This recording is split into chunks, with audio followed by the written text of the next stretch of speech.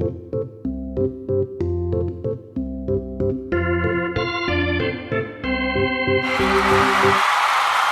the start of the 1986 Major League Baseball season, you had to have a little bit of a screw loose to have Indians fever. The franchise had only 5 winning seasons after trading Rocky Colavito to the Tigers in 1960.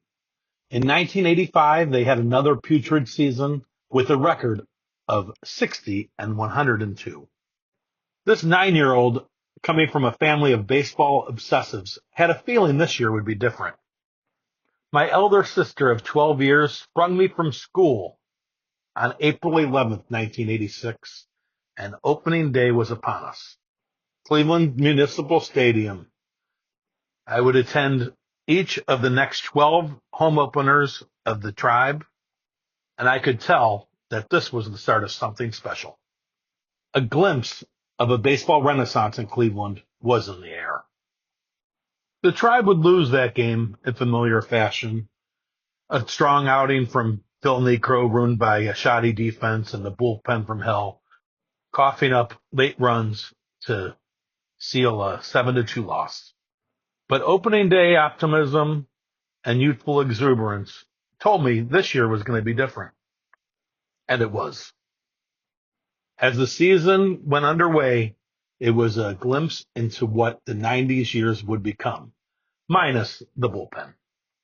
The 86 Tribe had an above-average starting staff, 2 knuckleballers to give the team a zany character, the bullpen from hell that started fires instead of putting them out.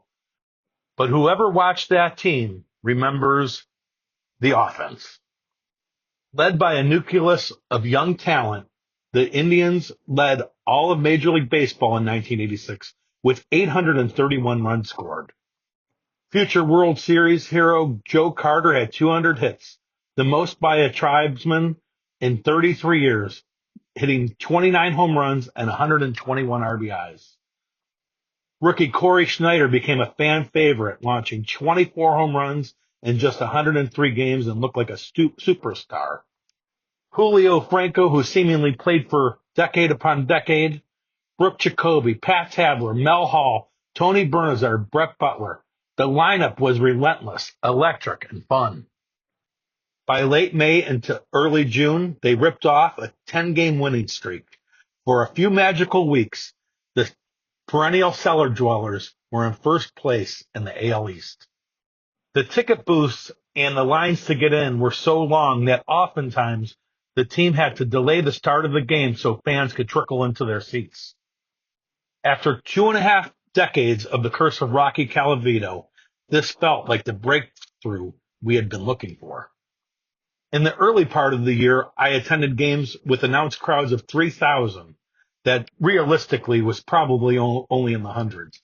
By later in the season, I witnessed crowds of 65,000 and an electric atmosphere at Municipal Stadium. We will truly never see anything like that ever again. The team finished a solid but not spectacular 84-78. A winning season. For a franchise that had long been a cellar dweller, 84 wins felt like winning a World Series. A 5th-place finish in a stacked AL East division probably never felt any better for any fan base. National media was on notice. In 1987, the Sports Illustrated predicted that the Indians would win the World Series. They got it a little wrong. The team went 61 and 101. The magic had disappeared as quickly as it arrived. Yet that one season wasn't meaningless. It was a preview. It showed what this franchise could be when the talent, health, and a little luck lined up. When history repeated itself in the early 90s with young bats and the franchise spent some money on quality veteran arms and actually had a bullpen, the team became a behemoth and the city responded, coming out in record numbers.